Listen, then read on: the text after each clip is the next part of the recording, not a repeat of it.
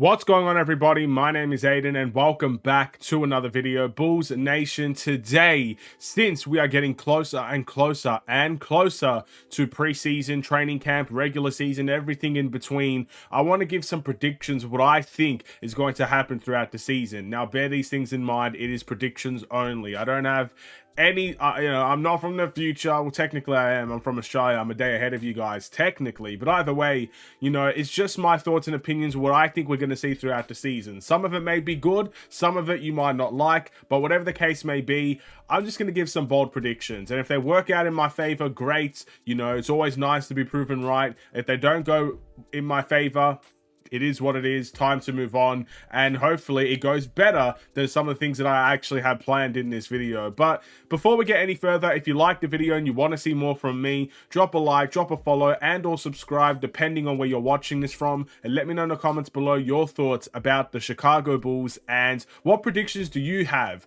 Now, by predictions, I'm not necessarily saying who's going to be the MVP of the team, but I mean any bold prediction. It could literally be anything. It could be something as small as Julian Phillips will get game time this year. That's a bold prediction, right? Not many people are going to assume that. So there's some work there. You could say someone's going to be a bust, or you could say someone is, not going to play the whole season. Whatever the case may be, what's your bold prediction for the Chicago Bulls? Here's a couple of the ones that I have. And the first thing that I have in my mind is the fact that I think my bold prediction is Billy Donovan will be here for the entire season. Because I think this is a bold prediction because a lot of Bulls fans are not necessarily very high on Billy Donovan, and they do believe, well, hey, look, if the Bulls suck this season, Billy Donovan would surely be on the hot seat. And to many people's opinion already, he's already on the hot seat. And I think he's on the hot seat. I really, really do. But I do not believe he will be the one to go in terms of the mid-season. I do not think we're letting go of Billy Donovan. I do not think we will be firing Billy Donovan. I think no matter how good or bad he does for the Chicago Bulls this season, I think they'll do trades of players before I actually think they'll let go of the coaching staff. That is, or at least the head coach. That is my number one bold prediction for the Chicago Bulls. We could be having a great season. Well, then automatically we know Billy Donovan's not getting fired if we're having a great season.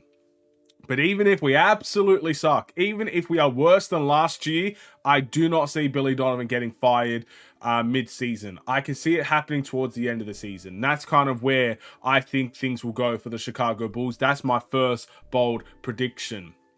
My second bold prediction: I think Ayo Dosunmu is going to have a much better season this year because he has a massive point to prove. I feel like Ayo's the type of guy that needs something to prove to himself to have a better season. Again, if you look at the history of his, career in the NBA thus far, I think he had a great first season because a lot of what he said was that he remembered the people that got drafted ahead of him. He couldn't believe he got drafted in the second round, and that worked for him to have a great season. That inspired him to have a great season. By no means am I saying this is the only reason. I'm saying that helped him, that motivated him. I think for him getting picked up by the Bulls so late in free agency, to the point where he didn't even know if the Chicago Bulls were actually going to bring him back, is going to motivate him even more to have a response in next season. Essentially, I think the more doubt people have on Ayo, especially from the insiders, the NBA, the more motivation he will have to prove them wrong. So I'm expecting Ayo to be one of those guys that is going to be very, very surprising. In fact, if I had to give a surprise player of the year, if I had to give a prediction for that, my surprise player of the year would be Ayo Dosunmu, because I really think he is coming to have a great season. I think he wants to redeem himself heavily after last season, and I think he's going to get an opportunity to do so. So keep that in mind with Ayo. And by no means am I saying he's going to double his stats. He's going to go from 8 points to 16 points. That's not what I mean. For the minutes that he's going to get, even if his stats are a little bit lower, I think his efficiency and his production levels for the minutes that he gets will be much better, and I think he will have a much better season because of that. That is another bold prediction that I have for the Chicago Bulls team and for Ayo Dosunmu as well. I still think the Chicago Bulls are going to struggle. This is not even a bold prediction. I'm pretty much going to say this, and I'm very, very certain it's going to happen. I still think the Chicago Bulls are going to struggle with isolation and hero ball issues throughout the season. At the end of the day, you can change the structure all you like. You can shoot more threes. You can be a team that prioritizes ball movement. You could be a team that structurally has improved. You could add free agents. You can bring Lonzo Ball back. I think for all those things that you can do, the core of this team remains the same, and our superstar players are very much isolation heavy. Now, they still have their benefits outside of isolation. DeMar DeRozan, whatever you want to call him about an isolation player, is still a very good facilitator for his position. Zach LaVine is a guy that can work in a system as much as he works in isolation. Whatever the case may be. But it's still going to be a focus point for the Chicago Bulls this upcoming season. Isolation will still be a thing, and it may be one of those situations where we're coming in game reaction after game reaction talking about isolation and how it ruined the Chicago Bulls' chances of winning a game. I do believe that is something we're going to be seeing in the foreseeable future. So I don't even classify that as a bold prediction, but it's something that I need to get out there for the Chicago Bulls. I'll even say another bold prediction that I think is very, very, very easy to decipher.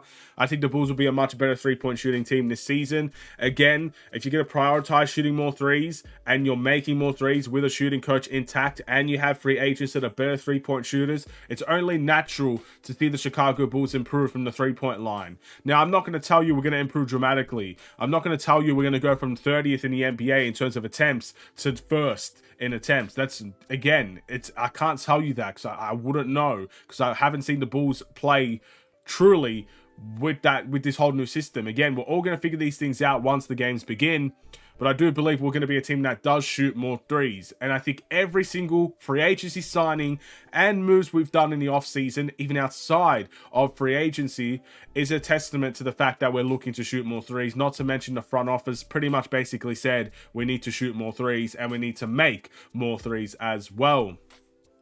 I think our best defender is not going to be as clear and cut and dry as Alex Caruso next season. Now, Alex Caruso was an all-NBA, I think it was first team defender last season, and he represented the Chicago Bulls proud. I believe it was the only one outside of the All-Star, which DeMar DeRozan, I believe, was an All-Star. But he was the only one that got an All-NBA vote of any significance for the Chicago Bulls, I believe. He was the only one that got an All-NBA anything. So that is an incredibly proud achievement to have. But I really think there's going to be competition for the better defender this season. Alex Caruso is always going to be up there, and I definitely think he will be one of our best defenders, and I think in terms of the guards, he will be the best defender. But I think Patrick Williams is knocking on the door to being a terrific defender for this Bulls team. I think he's a very good one-on-one defender. He's definitely a different defender to Alex Caruso. Alex Caruso is very much up in your face, very, very, very aggressive, wanting to get steals, willing to reach in, fighting over screens. Where I look at Patrick Williams, I see someone that probably uses his body more. He's more of a stronger player. He's going to be guarding bigger players. He's a guy that could probably switch a little bit better than Alex Caruso because he has size advantages there, to which Alex Caruso doesn't. A lot of people like when Alex Caruso guards power forwards. I think Patrick Williams is going to get to a point where he's going to be able to guard guards properly as well. I think if he can improve his lateral movement, if he can improve, I guess, the speed when it comes to guards and him, I think there could be a possibility there for him to improve defensively. But not to mention, again, I keep reiterating the fact that he was tremendous in terms of blocks last season towards the end. And I can only assume it's going to carry over into next season. So you're going to get someone that's a much better help defender as well.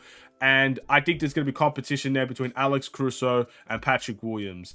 Those are just some of the, I guess, bold predictions I have for the Chicago Bulls. Not to mention, if you guys don't know, I see the Bulls finishing 6th or 7th in the Eastern Conference this upcoming season. That's where I see the Bulls finishing. That's where my hopes are, my expectations are, knowing some teams are going to get better, but the majority of the teams in the East, I think, have gotten worse. So we should be up there with continuity and all, ready to compete, knowing that the East is probably not going to be as strong this season, especially when you lose players like Kevin Durant. So again, I think the East is there for the taking, in my opinion. I don't know if it's going to be the Bulls, but I expect we're going to be a better team this season, and I think finishing 6th. But that's not really that's a prediction. It's a bold prediction, I guess.